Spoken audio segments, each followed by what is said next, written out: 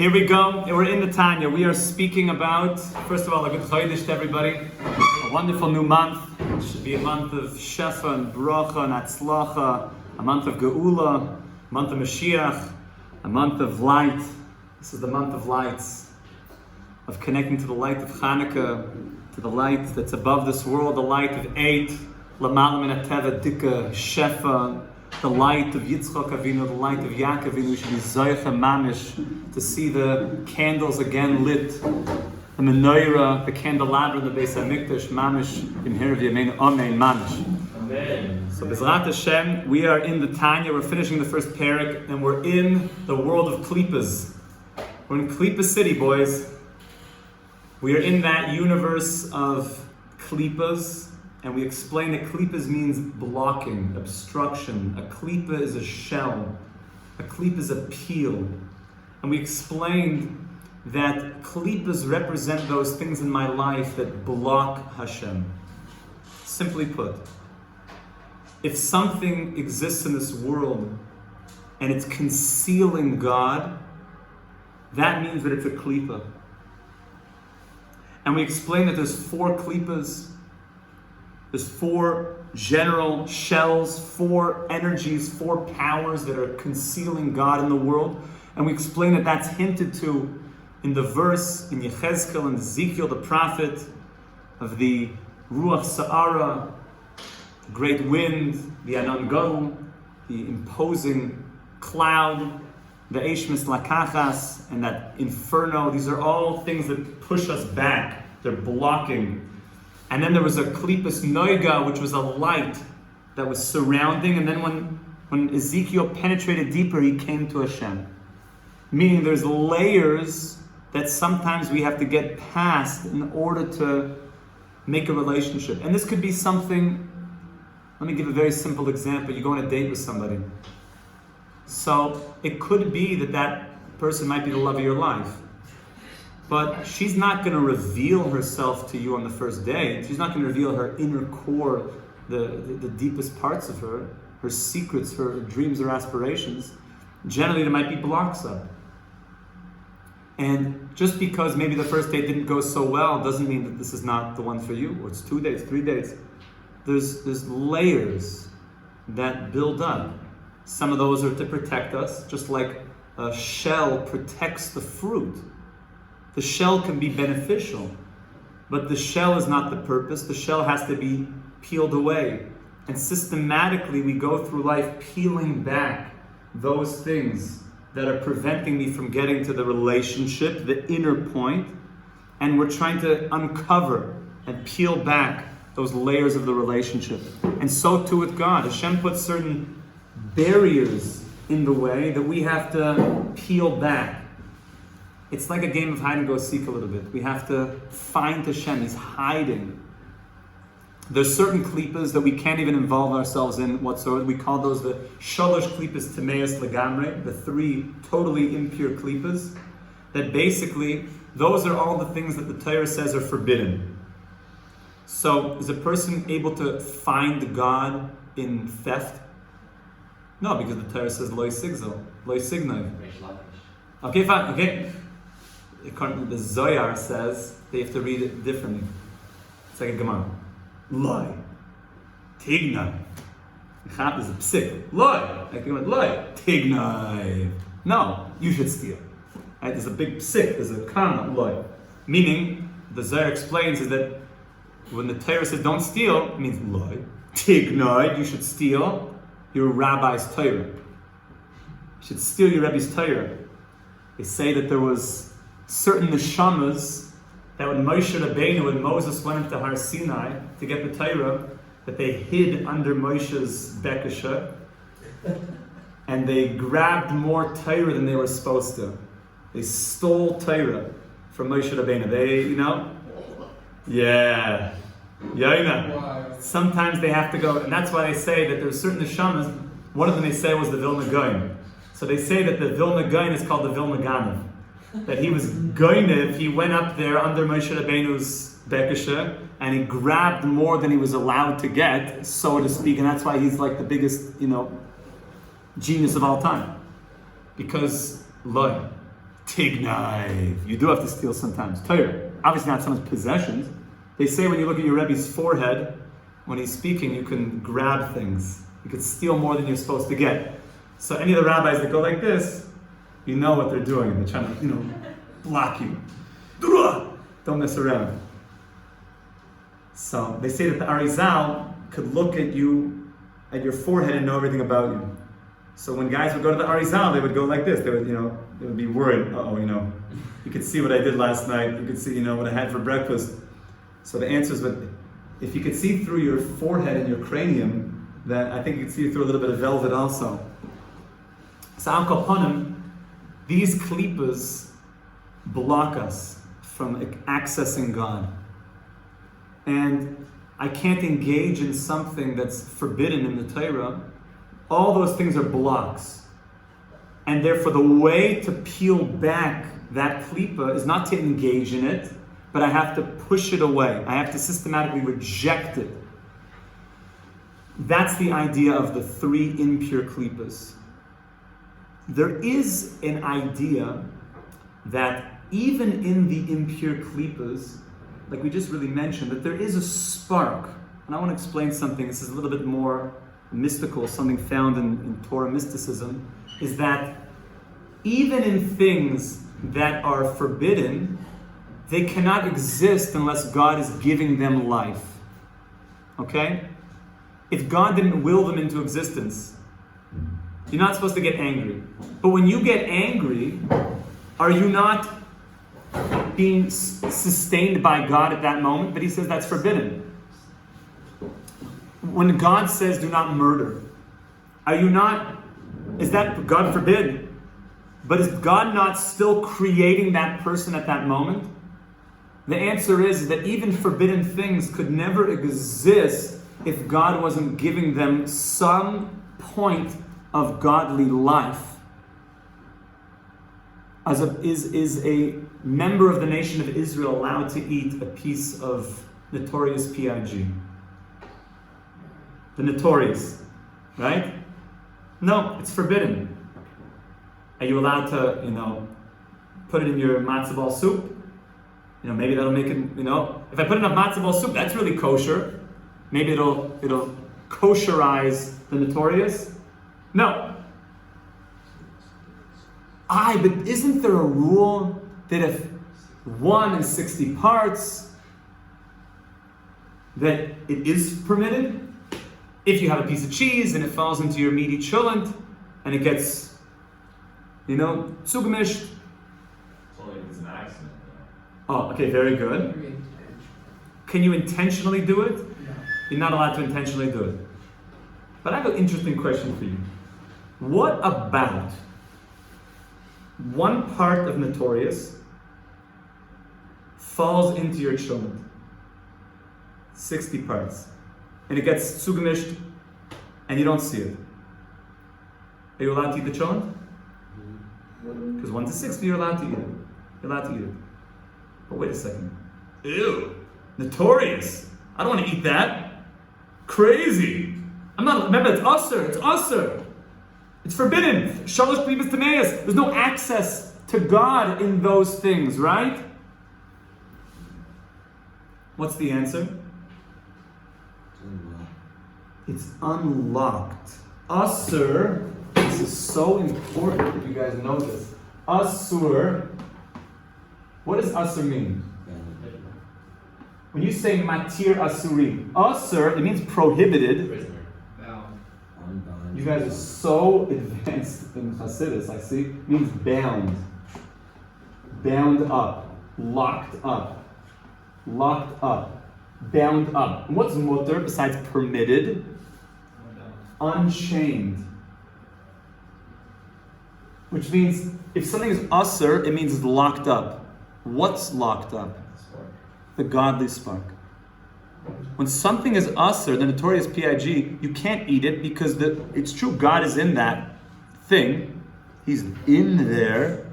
But you can't eat it because the godly spark is locked up. And therefore, there's nothing you could do to access it. But what if? But mutter, what's an activity that's mutter? You're allowed to go for a walk on the beach. Sure, why not? It's very nice, very fun. It's mutter. You can access God on a walk on the beach. Are you allowed to eat a kosher piece of kugel? Of course, it's mutter. The godly spark is open and able to be accessed. We're going to talk about that more in Klipas Noga. But sometimes, my friends, sometimes what happens is something which is asur goes through, for whatever reason, a scenario, a situation where it falls accidentally into something that makes it mutter. The notorious PIG fell in time of the Cholam poem, which is 60 parts, which means, what did you essentially do? You unlocked the godly spark inside the notorious, and therefore, according to Kabbalah, not only are you allowed to eat that cholent, you dafka should lay into that thing. Because that was a situation where specifically the godly spark, which would otherwise have been locked until Mashiach, became available to you. Wow, so deep. Crazy stuff, right? But you're never, ever, and I repeat, never, there were certain evil people over the generation that tried this. Let's try to do, God forbid, all sorts of bad things intentionally to unlock godliness. Let's throw Notorious into Cholent, one of 60 parts, because we'll unlock it. It doesn't work that way. It's only if Hashem accidentally, and all of a sudden falls in, and you realize, oh my goodness. Then God he's winking at you and he's saying, you got to access something now. Dig in, buddy. Yeah! Lay in. Dafka. Yes? What does it mean that it doesn't work that way? I mean, obviously the people who did this were, they knew their stuff in a certain way. So I mean, they knew that it was doing something, No. Hashem said, they thought that what you can do is you can involve yourself in things that are forbidden and do tshuva and unlock all that forbidden stuff, unlock the godly sparks and everything. But Hashem says, I don't allow the system to work that way. Had it not already been an established rule, we didn't know that. I feel like that's something we've always but that's where people make a grave error. This is one of the very, very sensitive points throughout all of old history of people who make this left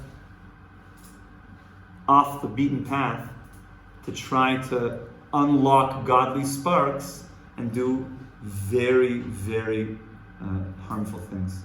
Hashem Yirachim. Also, like your Yetzirah is pretty sly. Like it can get you. Exactly. The Yetzirah is a sly snake, even more sly than a used car salesman.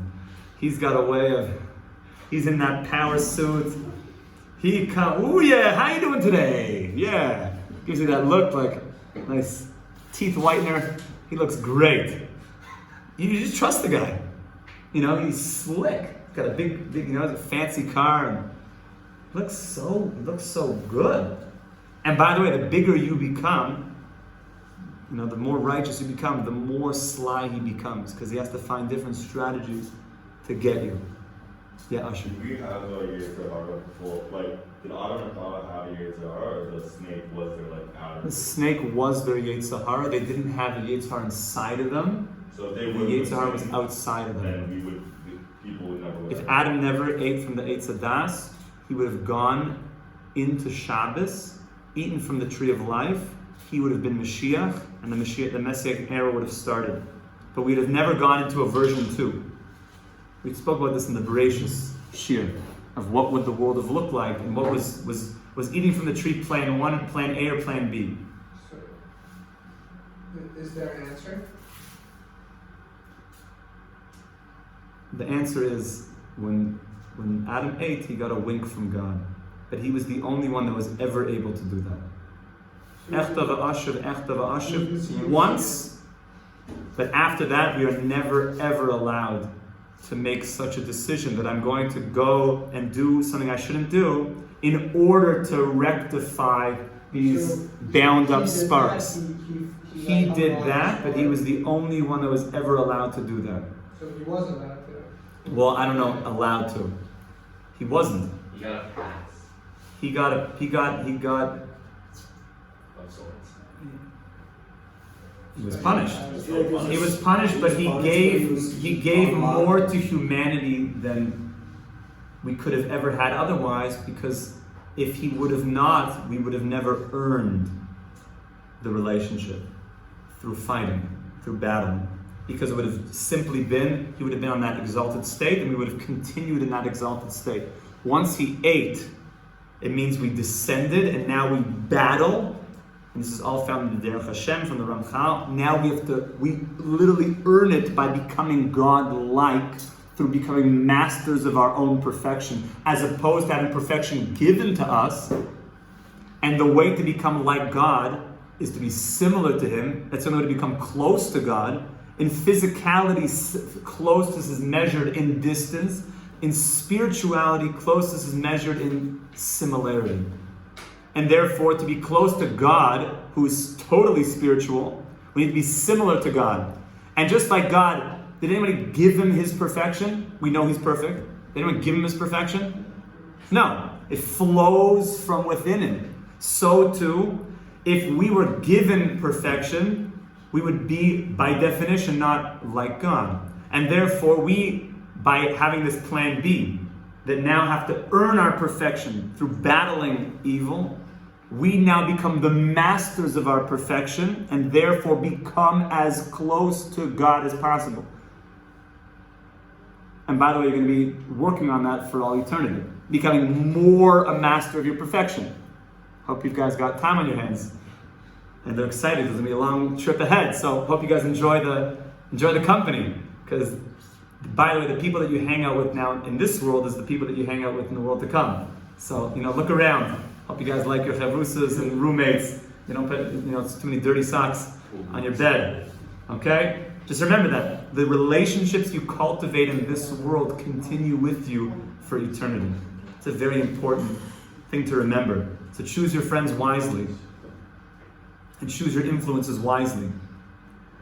Now, I just want to tell you one thing. There's so much more to mention about Klipas.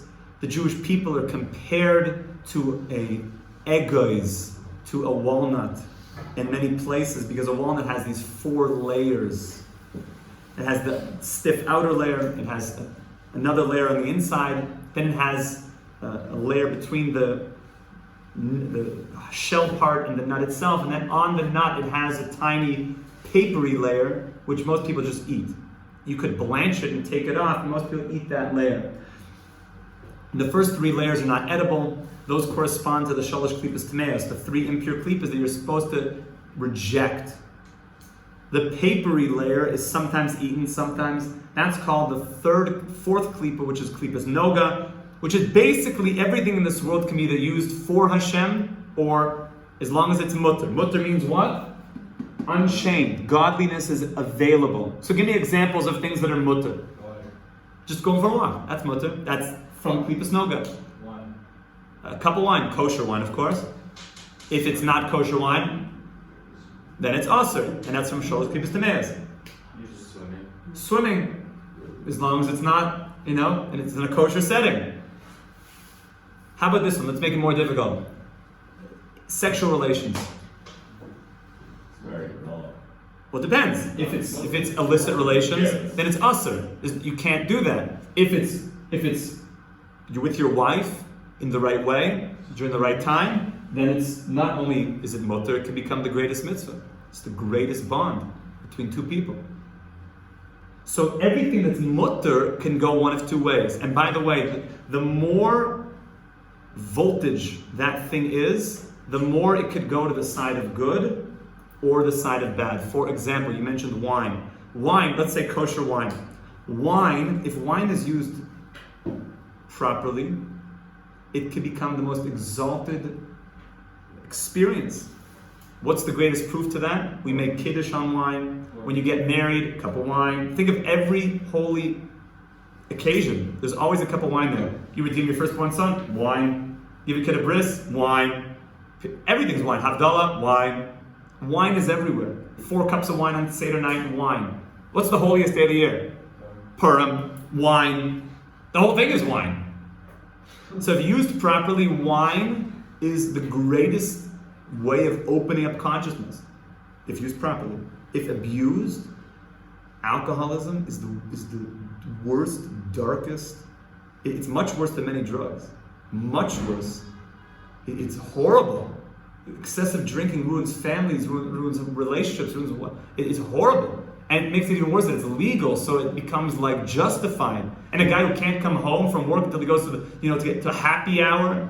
What is that? Go home to your wife, take care of your family. I'm too stressed out. So you gotta be drunk to come to your house? That's horrible. It's horrible.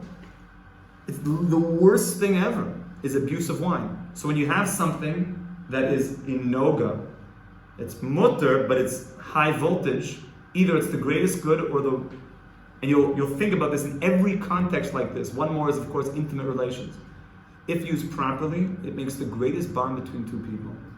The greatest intimacy, the greatest connection between two people. Literally, spiritually and physically, there's a unification into one being. If abused, Hashem should help us. Rape takes two people and makes them the furthest, most distant that could be conceived. No people feel as distant from each other than that. Hashem Yirachim, Hashem should help. So in the world of Noga, you have to realize the more voltage, the more powerful something is, it means that you have to be very careful with these things. And that applies to other things. I'll let you think about that. That are mutter, that are permitted. You have to be very careful. They have to be used properly. Next time we'll talk about a little bit more of Klipas. We're going to finish tomorrow Perek Aleph. And I'm hoping that we're going to be greeting Bezrat Hashem, all of Klal Yisrael in the whole world, right now on Rosh Chodesh Kislev, today in Yerushalayim. Amen. Amen. Kol Tov Tevra.